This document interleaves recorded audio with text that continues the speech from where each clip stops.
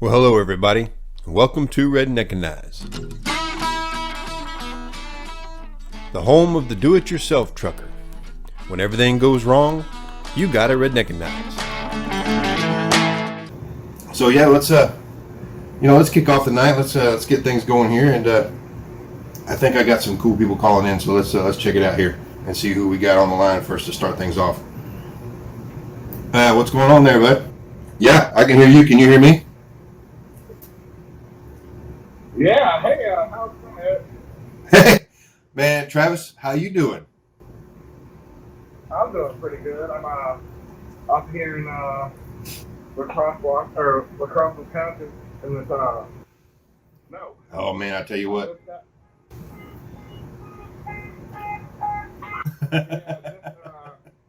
I'm just pulling out of the door.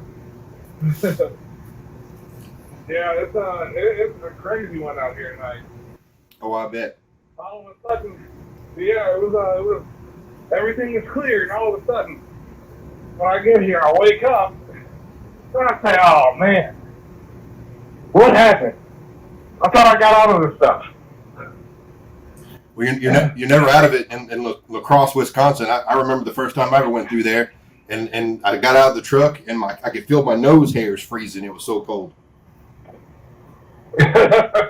Well, see, I'm from Wisconsin, so I'm used to it. It's still warm out here, don't get me wrong. I'll barbecue in any weather. There you go. And that's awesome. Yeah, so I was just listening to you about the four-wheel vehicles on the road. I did a Facebook Live a couple days ago about that. Yep. I remember catching a little bit of that, yeah. I got on, said my piece. Everybody needs to hear it, man. I'm telling you. I'm telling you. Yeah. It's like if we could just pass one thing on down to the four-wheelers, and that's just what we think about out there, and it's amazing that they. I mean, of course, to most people out there, driving is like it's like a game, or it's an adventure where they don't really pay attention to the reality of it. Right. It's not NASCAR out here. Exactly. Yep. It's not NASCAR. It's not the Cannonball Run. It's not Fast and Furious. We might be convoy, but we're safe. yeah, that's right. Well, and you know what the funny thing is I don't know, man. A couple of times I've watched. A lot of times I'll watch these movies. They got these trucking movies where everything goes crazy, and of course, the guys on the side of the truck and all that. But if you watch it close enough, in the boring times when the guy's just driving, he's always safe. The only time that they're not safe is when there's somebody attached to the side of the truck trying to kill him. That's the only time that they're driving unsafe. So all the other times they're driving safe. They're safe driving. That's driving in Chicago right there. Yeah.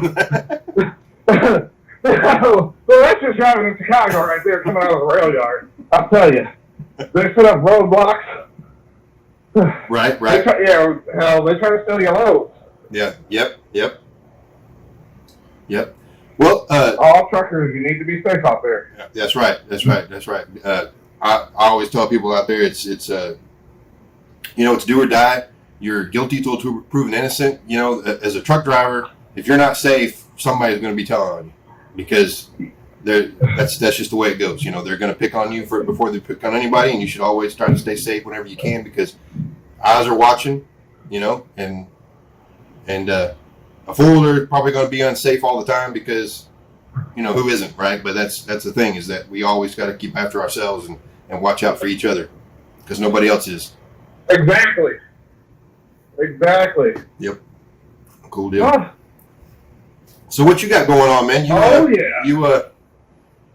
You got anything special going on here lately that you need to tell the world about? Okay, well, yeah, I've got my cooking show, MasterChefTruckin, on Taste Out TV network. It's a Food Channel network. Yeah, man, that is something. Oh yeah, that is awesome. That's awesome. I can't wait to get you guys on here and do episodes with me. Oh, that'd be so much fun. Yes, yes. Well, that's what we're all excited about, is trying to get back to the show and trying to get back to getting out there and getting in front of everybody, because we just heard that that Louisville, the Mid-America Trucking I'll be Show. Yeah, the Oats, that's the one be going on. That's right. Yeah, and then we just found out Mid-America Trucking Show is not going to happen until next year, until next March. So you can write that down in the book and in the calendar, because they thought they might have it later in the year this year, but they went ahead and they marked it. It's going to be March 2022. So that's official. Okay. So right now, real big then. Exactly. They're hoping for real big. I think that what it is that they're trying to. They don't want to have to put up with all these regulations that these states have put in about COVID and distancing and all that. They want that, because we kind of suspect that all of that would subside, by next fall. That they'll say, okay, we don't have to do that no more and overlay. So that's what they're hoping, I think. You know what? Why don't they do it in Iowa? Well, there might still be. I haven't heard anything yet. Iowa standards have they have relaxed all their standards, and yes. Well, cool, Right, you're right, and you know what? A lot of those states are doing that now. I've seen all across the board, where the Dakotas, of course, and then Iowa. I think Missouri has started to do that, and I hope Texas does that pretty soon. Of course, what you have to watch out for is that even though the states might start doing, the cities are still going to do some stuff. We were told in where I live here in Corpus that even if the state lifted any kind of restrictions, the city would still enforce some restrictions. So, it's like... Right, I hear that. Yeah. In fact, we had a big to-do down here because we have a lot of tourist attractions on the beach area, and there's a city out here called Port Aransas right there on the beach. Well, the mayor of Port Aransas he didn't want to enforce any kind of beach closure or restrictions, and then it's the county judge is technically the boss over the whole county, and the county judge said, no, you got to enforce the restrictions, and he's like, no, I'm not doing it. And I mean, it was back and forth between the county judge and the mayor, and it was a big to do all here through the summer, and of course it was a lot of fun, to see going back and forth. I love it when politicians disagree, but what had happened was problems got created, and solutions were created, and then solutions got in the way of people having fun, and so they said, you know what, I'm not doing it, and so yeah, they closed off the beach, and they moved sand over the roads to prevent people from getting onto the beach. Well, then of course, what happens is that's what we got 4x4s for. Well, they built they took. I mean, it was like a good 6 foot high wall of sand in front of the road. Well, of course, what happens is during the week, when the tides come up, the sand washes away, and then of course you got to keep putting the sand up. And the mayor's like, I'm not going to do it. I'm not going to keep doing that. It's a waste of time. They didn't close the beach. You could still go to the beach. You just couldn't drive on the beach. See, our big thing is driving on the beach down here. And what the county judge said, we're just going to stop you from driving on the beach. That way people won't go to the beach. Well, guess what? People still went to the beach. They just parked on the side of the street and walked over to the beach.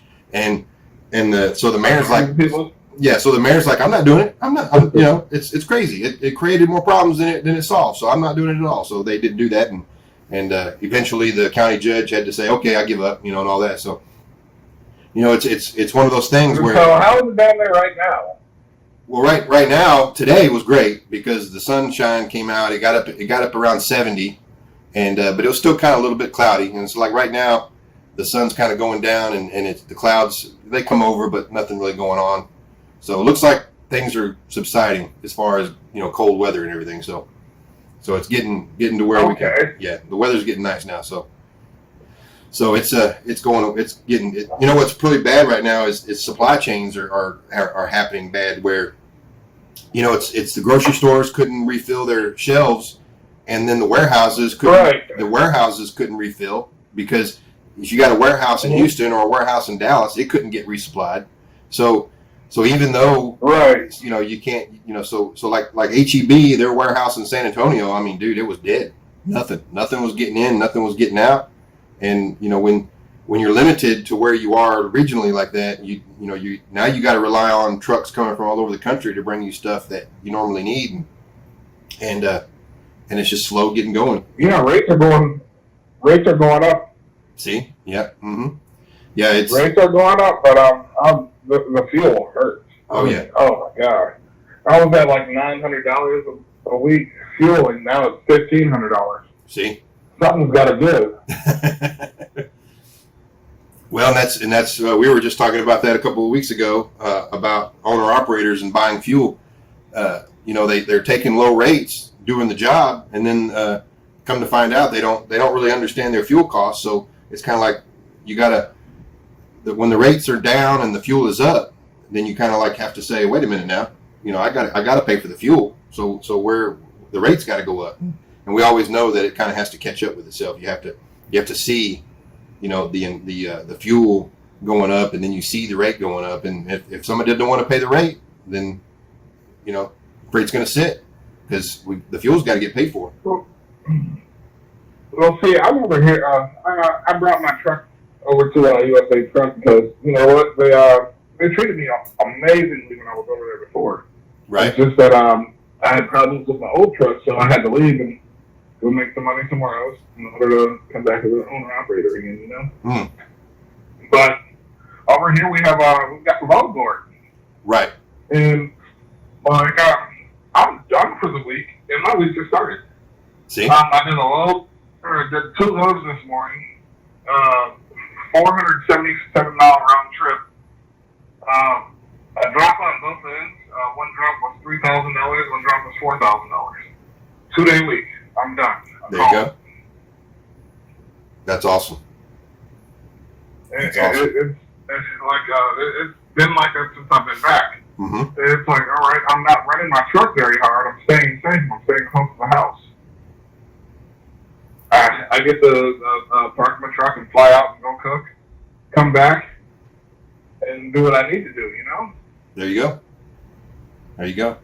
Yeah, I tell you, it's all about how you plan yourself out.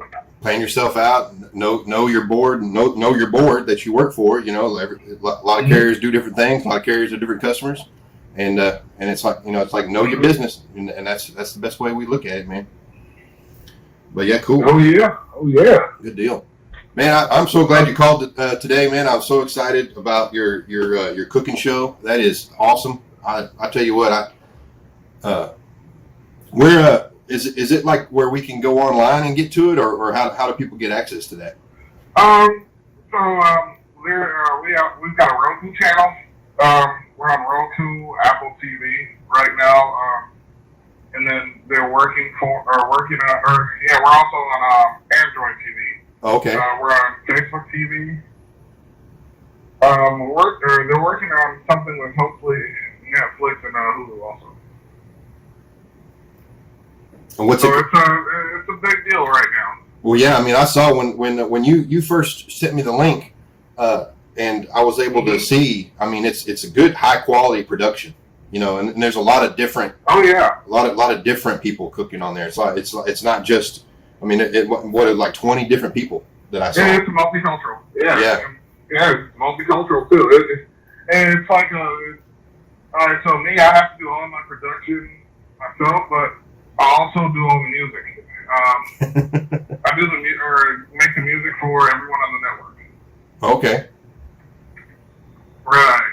So I've got a heck of a production setup. Yeah, that's awesome. I've got a studio. Yeah, I've got one heck of a studio too. That's awesome. It's amazing.